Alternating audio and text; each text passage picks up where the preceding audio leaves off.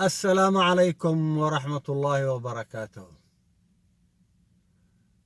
كسو دوادا داوديال برنامجka kan isaga ah ee ku saabsan tixraac aan kaga daba tegayo ama ku soo qaadanayo oraah ama barnaamij ka soo jeeda sheekha Soomaaliyeed ee lagu magacaabo Sheekh Cabdiraxmaan Bashiir. sheekhaasoo arrimaha Soomaalida had iyo jeer ka faallooda iyadoo ay jirto guud ahaan waxyaabo badan oo runtii lagu tixgelin karo aragtidiisa iyo iyadoo ayba jirto aniga si gaara ee hore noo dhex martay wada shaqayn iyo halgan baan oran karaa. balse arrinkan maanta barnaamijka kan isaga ah ee kooban ku soo hadal qaadi doono ama kaga faalloon doono wuxuu yahay waa iyadoo uu Sheekh Cabdiraxmaan aan oran karo inuu yahay qof u riyaaqsan kala goynta dalka Soomaaliya, taasoo uu arrinkaas iyada ah ma isaga ah kaga faallooday barnaamijyo badan oo uu ka soo teebiyey dhanka YouTube-ka ama Facebook-ga iyo qoraallo iyaguna ku soo baxay qaab maqaalaad, dhammaantoodna ay xambaarsan yihiin inuu Sheekh Cabdiraxmaan mashruuca qaybinta Soomaaliya uu taageersan yahay ama lagu magacaabo Somaliland. isla markaas iyadoo uu sheekhu muujiyo had iyo jeer inuu midnimada guud ee bulshaweynta Soomaali weyn uu taageersan yahay. marka runtii laysu barbar dhigo aragtidaas iyada ah inuu taageersan yahay midnimada Soomaali weyn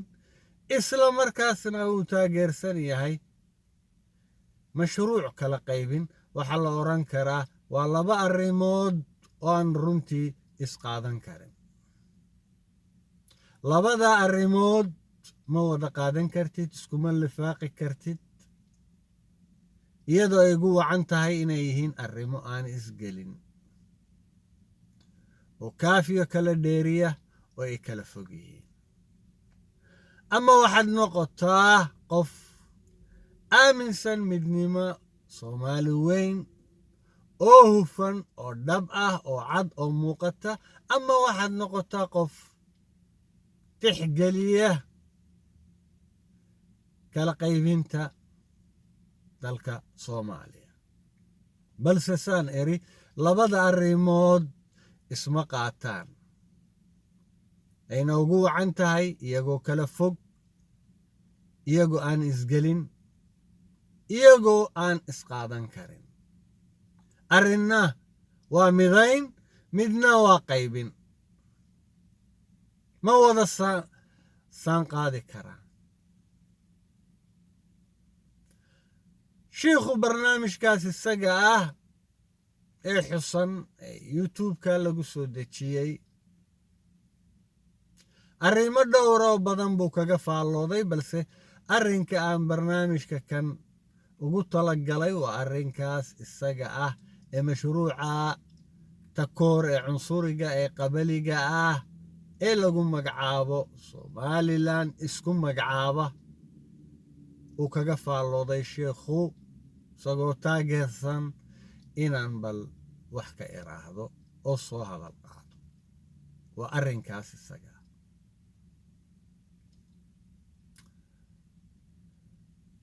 shiikhu barnaamijkaas isaga falanqayntii uu ku soo qaatay wuxuu muujiyey in dadka goosashada aaminsan ama raba inay xaq u leeyihiin goosashadaas iyada ah. balse waxa meesha ku jirta oo ah hadduu shiikhu taageersan yahay dadka goosashada u hanqaltaagaya inay xaq leeyihiin ma garan waayey in halkaas iyadaa qudheeda ay ku jirto dadka goosashada diidsan inay iyaguna xaq u leeyihiin diidmadaas iyada ah waa isweydiin meesha taal mar haddaad tiraahdid guud ahaan waxaan aaminsanahay ama taageerayaa dadka goosashada aaminsan anna u arka inay xaq u leeyihiin guud ahaan halkaas iyada ah waxay ka dhigan tahay inaad xaqoodii tirtay dadkii goosashada diidsanaa arrinkuna wuxuu yahay inaad istaagtid hal mowqif hal kaalin oo cad aan mugdi iyo madmadow ku jirin ama inaad wadiiqadaas iyada ee kala qaybinta soomaaliya aad si cad u taageertid ama inaad si cad u diidid wax u dhaxeeya labada arrimoodoo iyaga ee xusan ma jiro ma oran kartid kanna xaq buu leeyahay kanna xaq buu leeyahay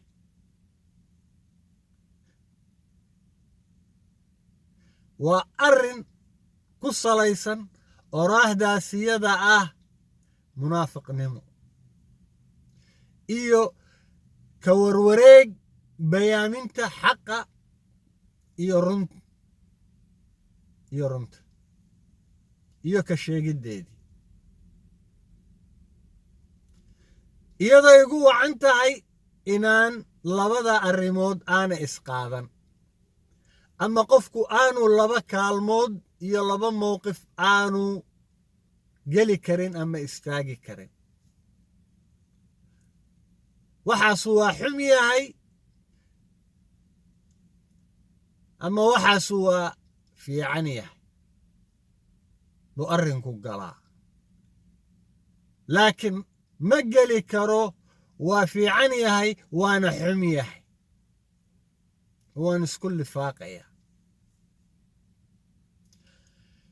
isweydiinta mudan inuu sheekh cabdiraxmaan bashiir hor istaago waxay ahayd dadkan taageersan qaybinta iyo kala goynta soomaaliya xaq ma u leeyihiin oo ma ka duulayaan runtii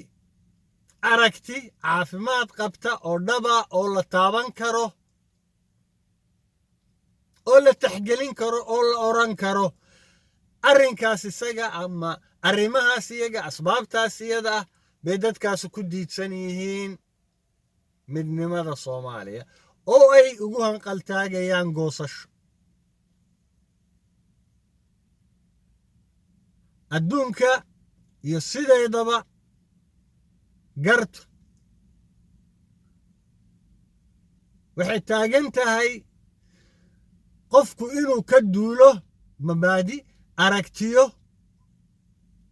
asbaab markuu wax tabayo ama tabanayo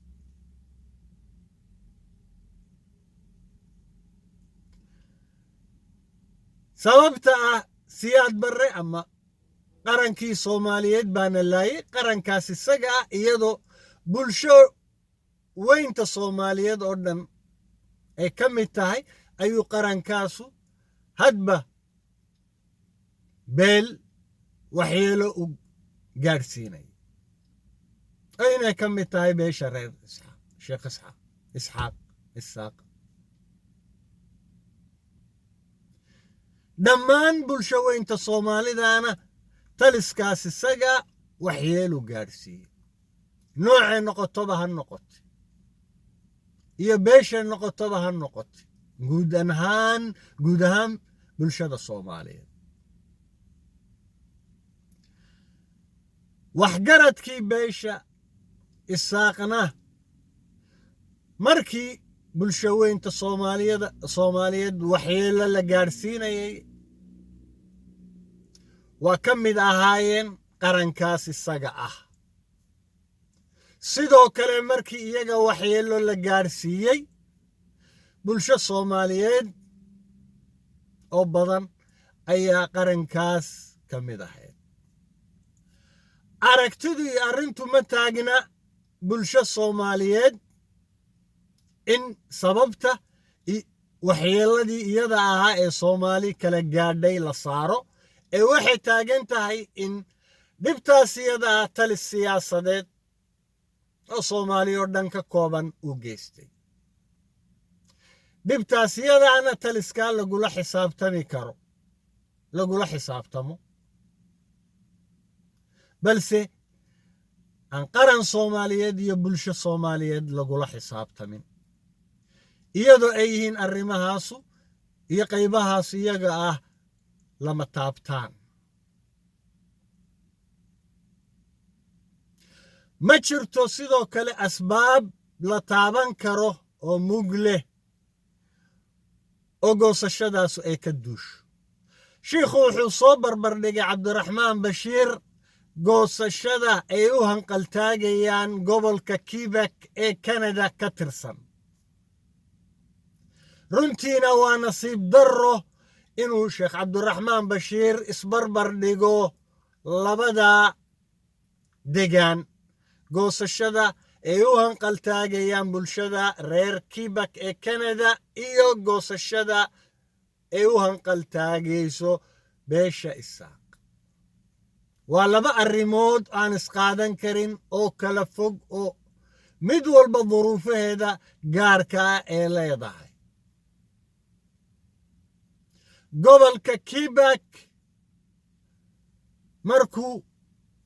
ayakatashiga soo bandhigayo wuxuu soo bandhigaa asbaab la taaban karo oo mug leh, oo ay ka mid tahay in dalka ama qaranka Canada uu ku hoos nool yahay ama u hoggaansan yahay, uu hoos tago maamul ahaan dalka boqortooyada Ingiriiska. ay bulsho ahaan reer Quebecna arrinkaas isagaa diidsan yihiin.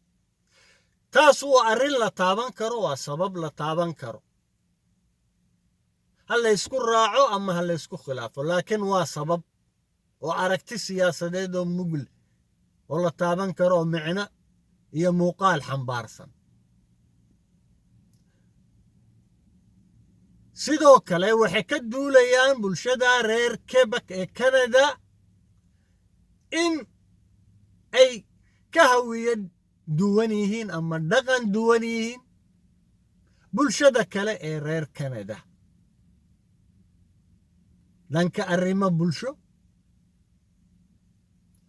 iyo dhanka siyaasadeed ama aragtida siyaasadeed. ay ka duwan yihiin bulshada Canada. sidoo kale bulshada reer Quebec ee Canada ee arrinkaas isaga u hanqaltaagaya waxay ka duulayaan in dhaqaalahoodii gobolka Quebec uu hoos tago ama ay ku takrafalaan xukuumadda Canada ee federaalka, ayna qaabkaas isaga ay resourceka iyo hantida guud loo qaybsanayo ay aragti ka qabaan ama diidsan yihiin. waa arrimahaas iyaga ah ee la taaban karo runtii, oo ah arrimo wax ku oola ama ha laysku raaco ama ha laysku diide bulshada reer Canada, balse ay bulshada reer Quebec ka duulayaan. marka asbaabtoodaas iyaga ana iyo aragtidoodaas iyada ana loo barbardhigo tan iyada ee Soomaaliyeed ee ka soo jeeda beesha isaaq, runtii waxaa la oran karaa waa kaaf iyo kala dheeri. daawade intaas iyada ah ayaan ku soo koobayaa barnaamijka kan isaga ah ilaa intaan ku kulmi doonno barnaamijka kan isaga ah mid la mida waxaan jecelahay inaad ka qayb qaadataan wax kasta oo lagu horumarin karo channelkan isaga ah si uu channelkan isaga ah u gaadho heerka ugu weyn uu ku fidi doono ama uu ku horumari doono adigoo sheer garaynaya barnaamijka kan isaga ah oo ka qaybgelaya subscribe-ka